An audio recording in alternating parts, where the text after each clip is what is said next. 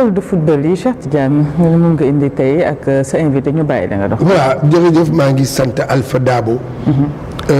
nekk président wu école de football du Sénégal yëpp. dégg nga kon nag reconnu par la fédération sénégalaise de football. kon nag mu ngi nii tey ci bu la fédération reconnaître. reconnu dafa bëgg école de foot bu nekk c'est reconnu par la fédération. kii moom. le CONEF est reconnu par la fédération sénégalaise de football. bu njëkk ba amuloon. mais il s'est battu. d'accord ba tey jii la fédération reconnaître na. CONEF. loolu il faut que ñu préciser ko. bu njëkk ba nag amuloon. c'est ci moom la. moom mii moo xeex loolu neexul ba neexul. bu njëkk ba fédération reconnaître kii wu leen woon.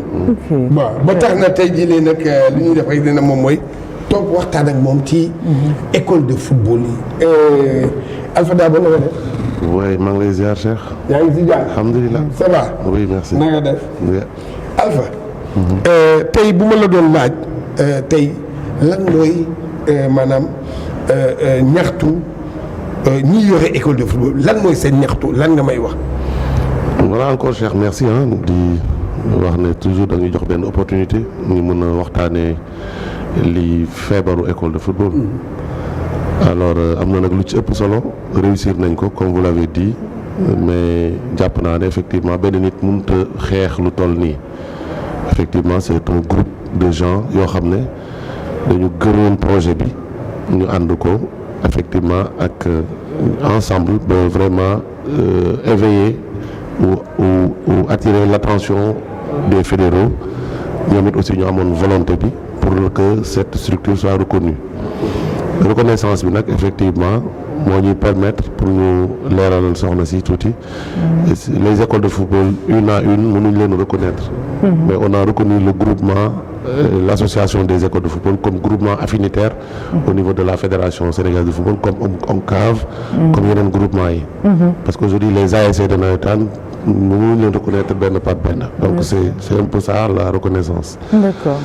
Alors ma jàpp nag ne effectivement aujourd'hui loolu am na mais am na leneen lu des mooy mesure d'accompagnement yi ak aussi niñ ci waroon taxawee des na tuuti et loolu c'est au niveau des fédéraux comme j'ai l'habitude de dire nag nit boo juddulee benn affaire doom ñaar moo am nga teete ko ba màgg wala nga bañ koo xont mu xiiboon wala mu dee et comme j'ai toujours l'habitude de dire CONEF du structure bu war a judd pour dee parce que aujourd'hui satisfaction bi ñu am ci Sénégal ci résultats yi mujj yi ça démontre réellement le travail des éducateurs de football du Sénégal donc tey footballeurs yi xëyuñ na cëpp dafa am fu ñu jaar ñu encadré leen ba ñu yegg si fi ñu yegg si tey les Idrissa Gana Gueye les Sadio Mané et cetera ñoom ñëpp dañ jaar si lii maintenant la génération bi gën a suufee gën nekk seen ginnaaw les Pape Matar Sarr les Lamine Camara et cetera ils viennent fraîchement des écoles de football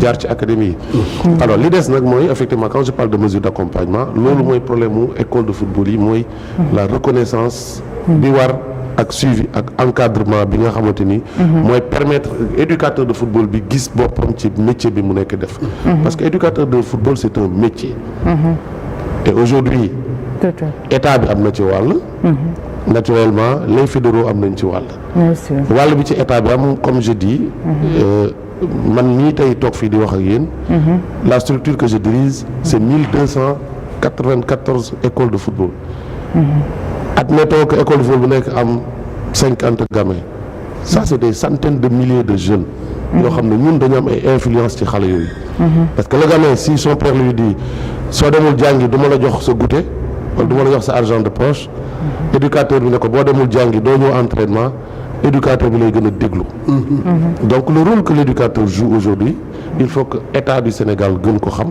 te jàpp naa ne am nañ ci yaakaar mais aussi il faut que fédération sénégalaise de football gën ko xam accompagner éducateurs yi ba nga xamante ni la reconnaissance là dina ànd ak mesures yëpp ba nga xam ne ëllëg xale bu ñu jaay parce que football dafa am jaay joueur xale bu ñu jaay li ci ñaq ak àqu éducateur bi jot ci donc je pense que loolu mooy li nga xam ne tey mooy manquement bi il y a des joueurs qui sont transférés chaque année tous les clubs aujourd'hui du Sénégal dañuy transférer seeni joueurs tey ñu ngi lay wax ne la pourquoi le Sénégal mënul sori en Afrique ci club yi parce que boo waxee président de club mu ne mënumaa téye samay joueurs mais les présidents de club ñu ngi placer seeni joueurs mais ci mécanisme de solidarité bi et de financement bi l'école de football n'est pas inscrite et pour inscrire l'école de football c'est pas à nous c'est à la fédération sénégalaise de football donc je pense que tey Cheikh loolu mooy jafe-jafe bi éducateur de football di am parce que tey éducateur de football war na am soxna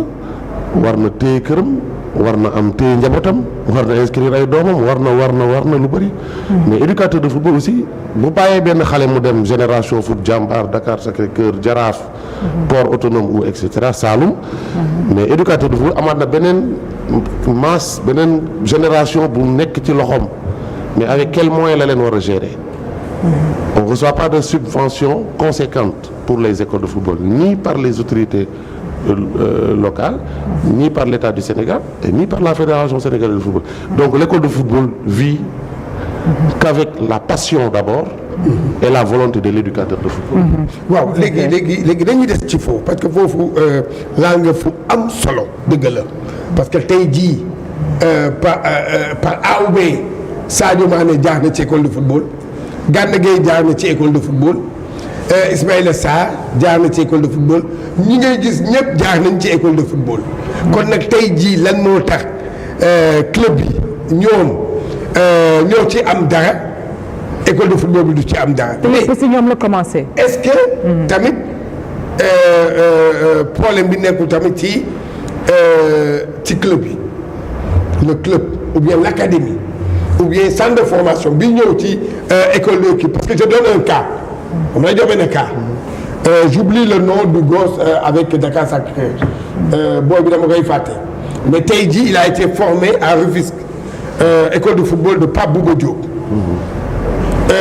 mu dem waa kii récupéré ko waa Dakar Sacré-Cœur tey jii jaay nañ ko mais booy boobu tey jii maanaam ñi ko formé école de football Pape Bouba Diop amuñu sax contact ak waa Dakar Sacré-Cœur mu nekk loo xam ne vraiment lu doy waar la est-ce que affaire bi problème bi tamit du maanaam yow mi am sa école de football ma am sama école de football Alpha Dabo soxla benn club la mu soxla mais balaa may bàyyi sama booy bi damay bind kayit bu leer kayit boo xam ne protocole d'accord signé par le club et l'école de football est-ce que loolu tamit est-ce que liggéey bi tàmbiwul commencé wul foofu tamit.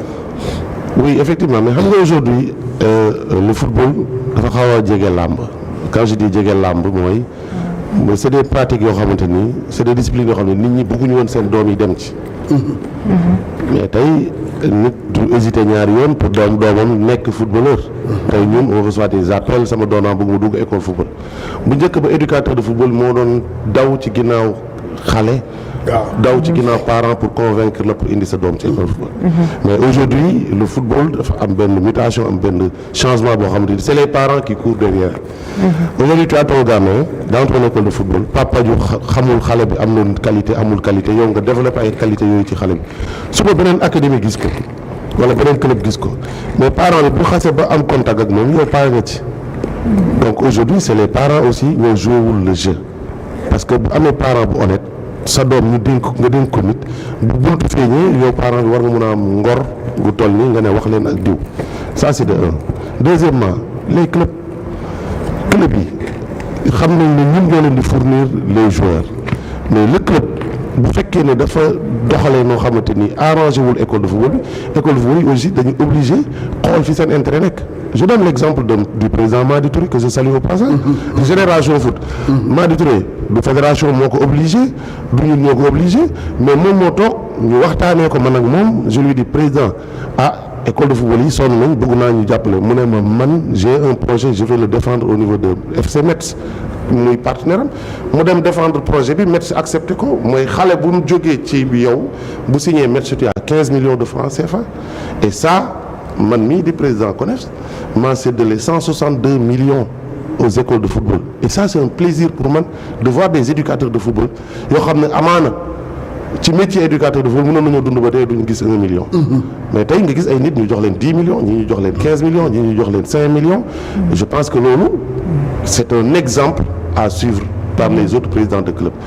mais cher, comme j'ai dit, c'est pas à Madi Touré ou au président Saër Seck que je salue de passage, ou Mathieu Chupin, ou Mamadou Ngom Niang Dage, ou président Abdoulaye Fall bi am tey académie du ñoom ñooy toog ne dañoo war a décider ne lii la ñuy doxalee. C'est à la fédération d'encadrer ça. Il devrait y avoir une convention cadre. Convention boo xam dañ naan voilà la convention boo xam ne ku jël joueur si à tel âge ba tel âge lii nga war a jox école de football bi. bu xale bi demee signer un contrat professionnel lii c'est ça loolu c'est défini par la FIFA. C'est ce qu'on appelle le mécanisme de solidarité. donc ce mécanisme de solidarité boobu noonu il faut inscrire l'école de football là-dedans. parce que au Sénégal l'école de football c'est de 6 à 15 ans mais tey Amara Diouf il a 15 ans bu ñu nekk équipe nationale. donc c'est un joueur, c'est un produit de l'école de football. Amara Diouf il vient d'une école de football dirigée par son père Adi Diouf. mu jël ko jox ko génération foot. mais tey bu fekkoon ne Adi Diouf amutoon protocole Dakar wala Madi Touré amutoon protocole Dakar boobu wala générosité boobu. mais Adi Diouf au-delà de jur doom ji mais du gis dara. et je pense qu'aujourd'hui effectivement les écoles de football aussi am nañ fulla gu toll ni balaa ñu yóbbu seen joueur feneen. daa fekk génération foot bañ a jël. c'est ça génération foot day tànn ba pare ñu ne ñu doog a jël parce que c'est la seule structure qui propose aujourd'hui à nos jours. aux écoles de football un projet clair. c'est seule génération foot. ñi si des ñëpp le président Saër Seck sori woon nañ ci ay waxtaan ak ay propositions man personnellement ak moom ba mu amoon volonté c'était ça sa volonté le président Saër Seck à rémunérer les écoles de football et les inscrire ci mécanisme de financement et de solidarité bi président Saër Seck alors yàlla ñëw ak tawat ñu ngi koy ñaanal yàlla yëkkati ko gën ko wëral mais vraiment Cheikh il faut que club yi comme vous dites jouer le jeu clairement yéene école de football parce que sans les écoles de football ce football là mën nañ jàpp ne du exister ti voilà maa ngi nuyu maanaam au passage kii Atoumane Ndiaye président CONEF bu Thiès mu ngi ñuy suivre Atoumane ñu ngi lay nuyu comme ñëpp ñi yore école de football yëpp ñu ngi ñuy suivre waaw mais am na beneen aspect tamit balaa ñuy kii am na beneen aspect boo xam ne nit yi ñun ñi nekk ci football bi ñun ñi xam parce que am ñoo xam tamit ñu nañ koy xam mais dafa am ay yenn école de football yoo xam ne mais seen maanaam ñi di tàggat booy bon mais amuñu initiateur premier diplôme d'entraîneur amuñu ko loolu tamit nekk na beneen affaire. bien sûr mais il faut savoir il y a école et école ah. ah voilà. maintenant par contre. waaw léegi il faut que. waaw am na école tappale ak école. waaw école tappale ak école kii. waaw parce que gis nañ école centre am na ñu ngi ci mbedd yi aussi. ba pare école la wala ñoom ñëpp benn la rek école la école de foot. vous savez il y a bon centre c'est à la limite dañ leen di tuddee ay académie c'est par rapport à l'infrastructure ou les infrastructures qu'ils ont. d'accord et si catégorie yi ñuy intervenir aussi. parce que école de football intervention mu ngi yem ci xale bu am 15 ans. pas plus. maintenant aujourd'hui li ma tuddee école mooy au niveau de la CONEFS ñun sañu ñu gis benn structure ne tuddewuñ la école de football mais ñun sañ nañu nag ci suñu biir teg benn cahier des charges boo xam ne soo ko remplir ci lañ lay doog accepter suñu biir ci lañ accepter ne école de football nga ku tudd nag école de football te remplir au cahier des charges boobu par respect dañ la tuddee école de football mais mënoo bokk ci la ñuy def ñun. alors aujourd'hui au sein de la CONEFS boo ci bokkee da nga war a am li ñuy wax reconnaissance juridique muy récépissé tu dois être reconnu par l'État du Sénégal. tous les éducateurs ou l'éducateur intervenant bi nekk ci école de football dafa war a am le minimum de diplôme muy initiateur aujourd'hui appelé licence D. moo tax ma ne il y a école et école aujourd'hui au niveau de la CONEFS amut école de football bu am intervenant bu amut diplôme initiateur ou licence D. aujourd'hui il y a même li commencé am sax aujourd'hui mooy éducateurs yi da ngay gis ay licence B des entraîneurs de deuxième degré et de la licence B CAF yoo xam ne ci école de football lañ nekk.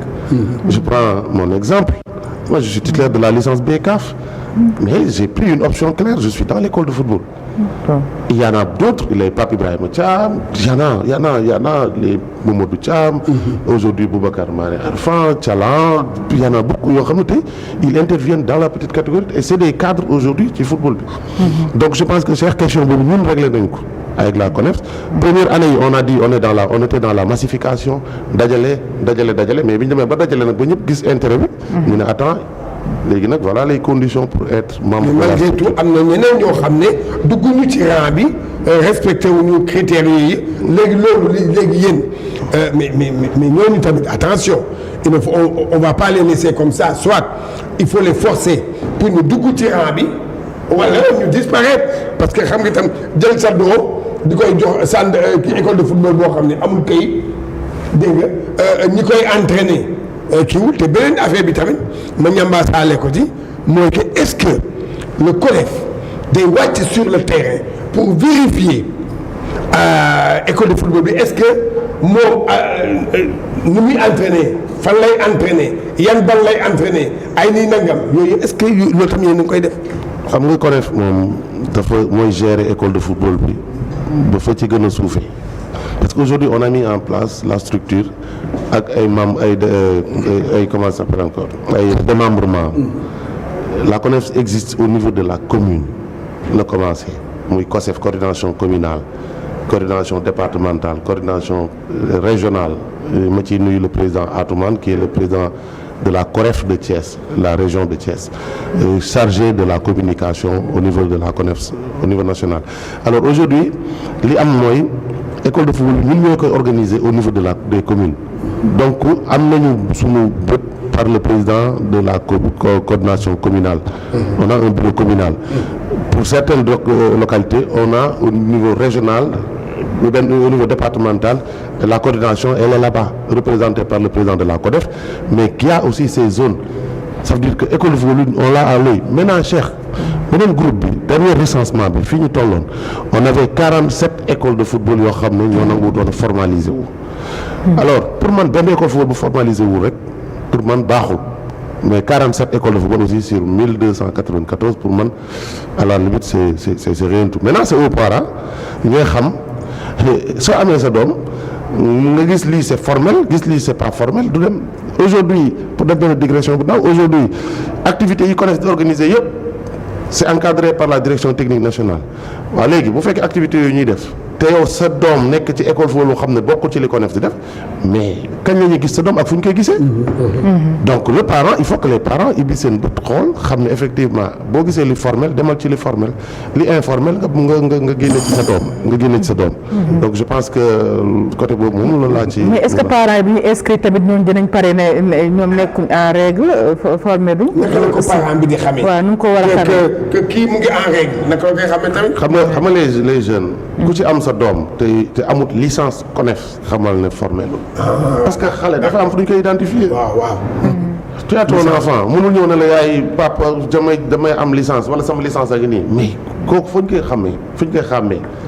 c'est pas possible. c'est vrai. Waaw. Donc le gamin il doit avoir une licence CONEF. yow sa doom bu amee les enfants comment on sait qu'ils sont scolarisés am nañ si carte d'identité scolaire.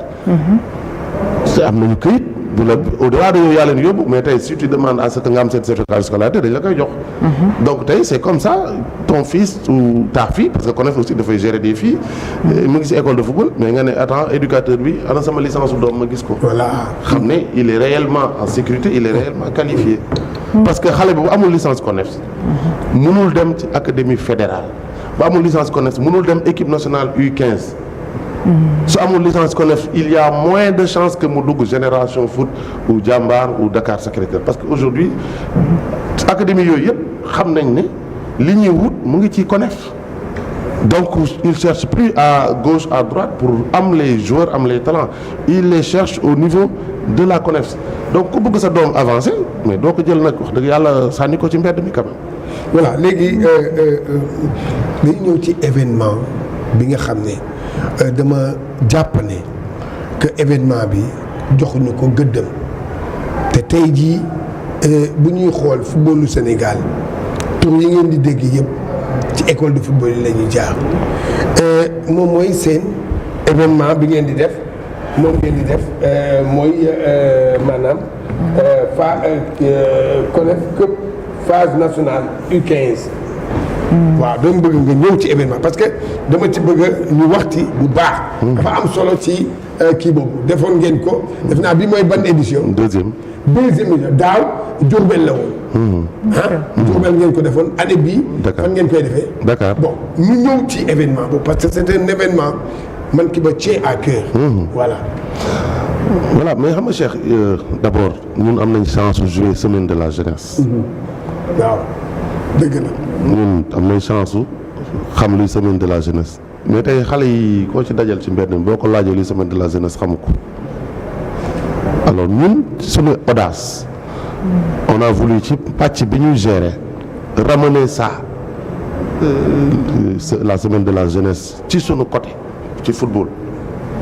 alors aujourd'hui tu as des gamins daaw sama yaram dafa daw bi ñu ko créé ba taxaw ba affaire yi taxaw dama tiit parce que j'ai vu que il y a eu des gamins kii jógee Kédougou kii jógee Dakar kii jógee Ziguinchor kii jógee Matam ñu daje ci benn dëkk daje ci benn compétition pour man loolu du lu ndaw. aujourd'hui l'intérêt de ramener ay semaine de la jeunesse man je donne un exemple parce que dama am ay xarit yoo xam ne ils ont joué avec El Hadj Diouf Matar Ndiaye ñoom dañu joué ak ñoom des amis que je connais ku mel ni Mbaye Sène c'est un ami il est de Kaolack dafa bokkoon ci sélection Kaolack bi joué woon ak ñoom El Hadj Diouf ak ñoom Mbaye ak ñoom Matar Ndiaye de Saint-Louis donc kooku ça l'a marqué de toute sa vie su seetaanee télé seetaan El Hadj Diouf danaan kii mën ak moom joué nañ semaine de la jeunesse. donc tey aujourd'hui xale yi ñu yor dans 2 ans ñoo war a daje équipe nationale. dans 5 ans ñoo war a jouer ay coupe d'Afrique en équipe nationale A. donc loolu pour ñun c'est sur le plan sportif loolu lañ ci jublu maintenant sur le plan culturel booy dañuy daje fee dañuy tooñante. tu vois un jeune qui quitte Kédougou qui ne parle que Saraxole. tu vois un gamin qui quitte Ziguinchor ou Sédhiou qui parle que Socé. tu vois un jeune qui quitte Matam qui parle que Wolof. mais ñooñu brassage culturel boobu. daje boobu ñuy daje ak ku xam xale ambiance su xale ni ñuy tooñantee ni ñuy mbalagantee ça veut dire que ñoom ñëpp ñu ngi intégré wante ñu ngi dugalante seen biir ñu ngi accepté wante en tant que Sénégalais. et ça à partir de là on peut passer des messages forts à ces jeunes là. wan leen lan mooy patriotisme. lan mooy civisme. lan mooy donc je pense que loolu c'est important. mais suñ ko réussir aussi. c'est un projet boo xam ne dañ ko yàgg togg. dañ ko togg pendant 5 ans yàlla mi dara tawut xam nañ ne ça demande ay moyens yu rëy alors yàlla def nag ñu togg ñu nekk ci. xalaat ci au niveau de la CONEF proposer ko la fédération sénégalaise de football depuis 2019. wax bu jotee dañ koy wax. alors 2020 il y avait Covid. ñu ne ok nañ stand by 2021 ñu proposé waat ko fédération. mais la fédération avait une autre manière de voir nan lay organiser ay phases nationales ou ay phases de détection pour les jeunes. 2022 ñu waat proposé waat ko on l'a encore remis sur la table du président. alors 2023 on s'est dit puisque fédération xëy na gisagul wala gisul boppam ci projet bi comme jox nañu ñun une certaine autonomie nous on est allé chercher des gens ay nit yoo xamante ni jàpp nañ ne bu ñu tàppee ci diw wala ñu tàppee ci diw dinañu mën a jëlal affaire yàlla def ñu dajeek Abdoulaye Fall le président de la Ligue de Diourbel. on est je lui ai dit je parlais waxtaan ak projet moom ci projet bi il me dit Alpha ça c'est mon projet. je prends tout en charge. le président Abdoulaye Fall ñu ngi koy nuyu di ko ñaanal di ñaanal njabootam. mun a jël naa ko. ñu kale date yi ak moom. et réellement il a tout pris en charge l'année dernière tout je dis tout. et cette occasion a permis au Sénégal à la fédération sénégalaise de football. d'avoir li ñuy wax académie fédérale. et académie fédérale boobu tey. sunu xale yooyu nekk ci académie fédérale bi seen talent moo permettre tey ñoom ñooy base équipe nationale U17 bi nga xam ne tey c'est dirigé par Pape Ibrahima Faye. muy PIF. d'accord. donc je pense que aujourd'hui activité boobu lu am solo la Ablaye au-delà de mu jël événement bi daaw bi tournoi bi di dem yàgg maanaam man lii ma commencé nii fan lañ koy yeggalee il vient un jour il me dit mais lii déwén lañ koy gën a organiser déwén lañ koy gën a préparer. mais j'ai dit mais tiens ñun ñu ngi xalaat pare. kii mu ngi ñuy wax moom il est déjà dans le projet. donc par chance noonu lañ ko defee. Après Ablaye a dit moom il est le parrain de cet événement. Alors programme bi ren deuxième édition bi ñu waxtaanee ko ba yàlla def bi mu jotee moom si boppam moo ñu doon laaj kañ lañ koy def nan lañ koy defee fan lañ koy defee ba am nañ séance de travail ak moom. ba mu jël encore li nga xam ne mooy contribution am joxe ko. Maintenant ce qu'on va saluer. c'est démarche bi nga xam ne le directeur technique national Mayacine Mar mu ngi koy def. parce que effectivement lui aussi dafa am gëm-gëm ci projet bi ñu nekk muy CONEPS am taxawaay bu mag bu mu ciy am il défend la CONEPS tout comme le président Senghor mais comme li ñu wax nag mooy l'assistance ou l'accompagnement au niveau de la fédération tant financier ou matériel dafa des c'est ça la réalité la fédération ne nous accompagne pas comme ni mu waree léegi nag am nañ ay promesses am nañ yaakaar fédération nee na dinañu accompagner ci événement bii mais gisaguñ fédération mais ñu ngi yaakaar ne fédération bu ñuy accompagner dinañu accompagner conséquemment. D'accord. Merci vraiment kontaan naa ci sa teewaay dinañu amaat beneen occasion pour toogaat boo gën a wax ci les écoles de football maa ngi lay remercier ces derniers mots rapidement. voilà rapidement di woo waa Ndakaaru yëpp. di woo les sponsors. les partenaires. parce que regrouper 500 gamins du lu ndaw et c'est un événement bu mag a mag a mag donc képp ku xam ne yaa ngi yor produit bu intéressé des gamins de 6 à 15 ans ñu ngi lay tàllal suñu loxo nga ñëw liggéey ak CONEPS beneen bi ñu ngi woo toutes les autorités de la région de Dakar du gouverneur au maire de Pikine inspecteur tout le monde ñu ngi nag madame le ministre des sports ñu ngi def ay démarches pour mu ñëw présider ou pour participer ci événement bi je le dis ici solennellement le président Ablaye Fall il me dit Alpha faites tout pour que képp ku ngeen mun a boole ci événement bi boole leen ko événement bi mu ñëw ñu ànd liggéey si loolu nag sunu invité d'honneur ci événement bi mooy le président Augustin Senghor. On est à Dakar.